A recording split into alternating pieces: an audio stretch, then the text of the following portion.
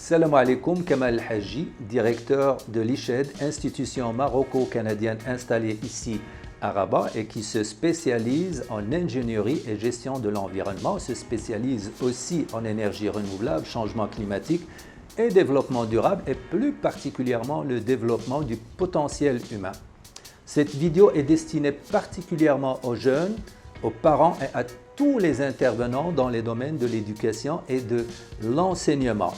La finalité visée par cette vidéo, c'est nous allons essayer de vous montrer la meilleure façon pour améliorer vos capacités d'apprentissage d'une façon concrète, substantielle et rapide. Et par la même occasion, je vais vous montrer d'une façon très claire que ce que vous donne généralement, je dis bien généralement, la société comme façon de vous améliorer n'est pas nécessairement la meilleure façon et qu'elle pourrait être contre-productive et aussi avoir des effets pervers considérables qui généralement empêchent les jeunes de découvrir leur vrai potentiel et la suprématie et la majesté de leur cerveau. Donc, à tout de suite.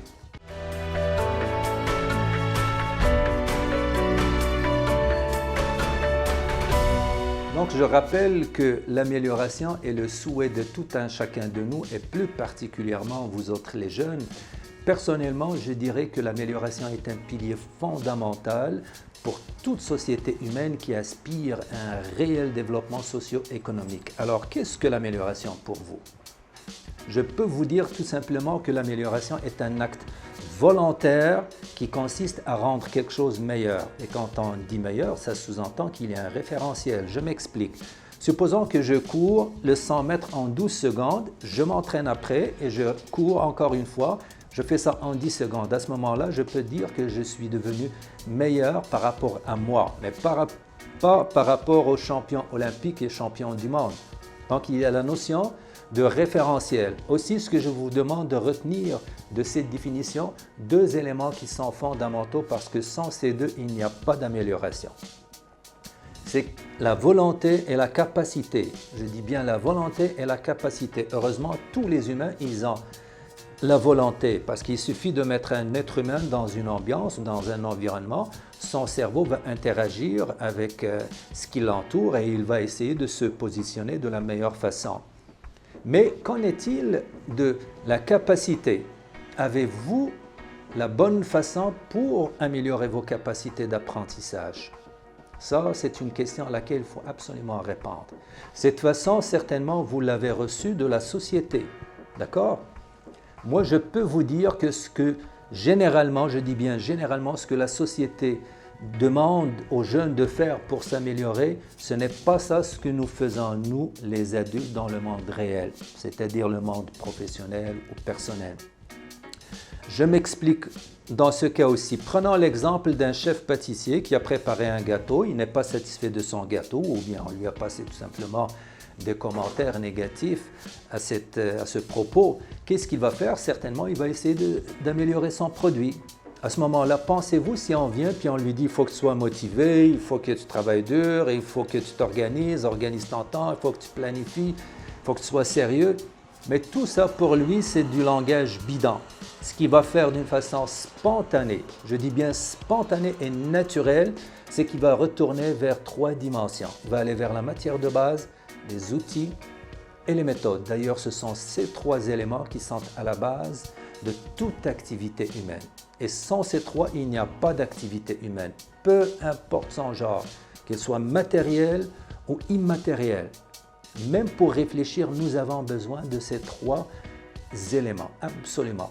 Donc, par exemple, il va voir la farine, et la matière de base, il va voir sa consistance, son taux d'humidité, sa texture. Il va voir est-ce qu'il a bien choisi avec précision la farine qui va répondre à son objectif. Les outils, il peut aller voir le batteur ou bien le four, est-ce qu'il dégage la bonne température, est-ce qu'il la répartit d'une façon uniforme sur le gâteau. Si ces deux composants, ces deux éléments sont corrects, il va aller voir les méthodes. Par exemple, la recette, est-ce qu'il a suivi toutes les étapes bien comme il faut? Il va voir est-ce qu'il a utilisé le batteur convenablement, le four, ainsi de suite. Et en travaillant sur ces éléments, il va réussir à s'améliorer et cette amélioration va être proportionnelle aux efforts qu'il va déployer sur ces 3 dimensions ou ces 3 éléments et certainement pas en étant sérieux ou en organisant. C'est sûr, organiser le temps et tout ça et planifier, c'est bon, mais pas avant les 3 éléments, s'il vous plaît. Prenons aussi l'exemple d'un artiste, quand il va peindre un tableau, s'il n'est pas satisfait ou il y a un dégât, certainement, il va retourner vers ces 3 éléments. Il va aller voir, peut-être la peinture, si elle est trop diluée. Il peut aller aussi voir du côté des outils, si le pinceau lâche des poils ou quand il le plonge dans la peinture, est-ce qu'il prend assez ou peu de peinture? Si tout ça est beau, il peut aller voir la méthode, est-ce qu'il applique la bonne force ou la bonne pression sur le pinceau? Est-ce que la toile est bien tendue? Est-ce qu'il se positionne convenablement? Donc, c'est en agissant sur ces 3 éléments que ce soit l'artiste, ou bien le cuisinier, ou bien le chirurgien, ou bien le chasseur, ou bien l'astronaute, ou l'aviateur, ou le pilote, toutes les activités, pour les améliorer, il faut absolument passer par ces 3 dimensions. Alors, pourquoi nous faisons ça dans notre monde réel? Et quand on veut conseiller nos enfants ou nos jeunes, on leur donne une autre façon de faire les choses. Personnellement, avec toute humilité, tout simplement parce qu'on n'est pas conscient qu'on approche l'amélioration de cette façon dans le monde réel. On le fait d'une façon naturelle et spontanée, puis on est habitué. En plus de tout ça, c'est qu'on voit ces éléments, ces 3 éléments. On les voit, on est capable de les palper, on peut leur rentrer en contact. Deuxième point, c'est que dans le monde de l'apprentissage, ces 3 éléments sont cachés. Cachés où? Ici. Donc, le fait de ne pas les voir, on est comme perdu. Et ces 3 éléments, je rappelle que la matière de base, c'est toutes les informations acquises par le jeune durant toute sa vie. Deuxième chose, les outils, c'est le cerveau avec les différents types de mémoire, épisodique, procédurale, mémoire de travail, ainsi de suite, le système endocrinien, les neurotransmetteurs et les structures neuronales. D'accord? Et les méthodes. Les méthodes, il y a la méthode innée, c'est-à-dire l'automatisme du cerveau qui est extraordinaire à savoir comment ça fonctionne, et aussi il y a les méthodes acquises de l'extérieur.